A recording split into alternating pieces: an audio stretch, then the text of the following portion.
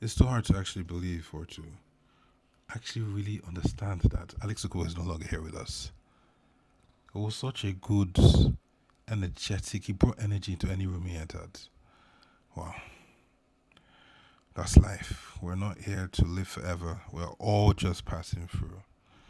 And our days, for each and one of us, everybody listening to this, your day will finally come. Just make sure you live your life right. He's going to be buried tomorrow, the 18th of June, 2026, in his hometown, Arochukwu, in Abia State.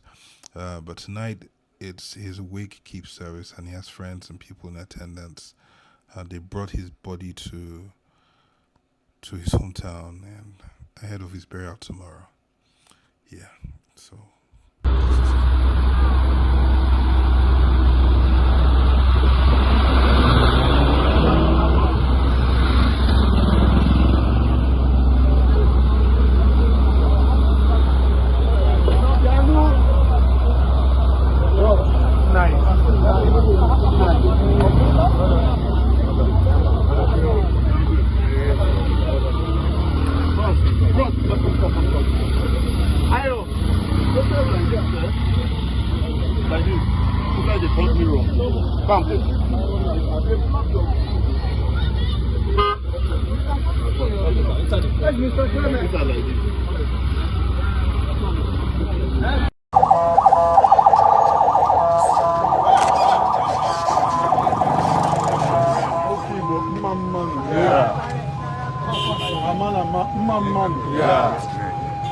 Abramba Mezemba, Mamman, yeah. The Kembo, Mamman, yeah. Okay.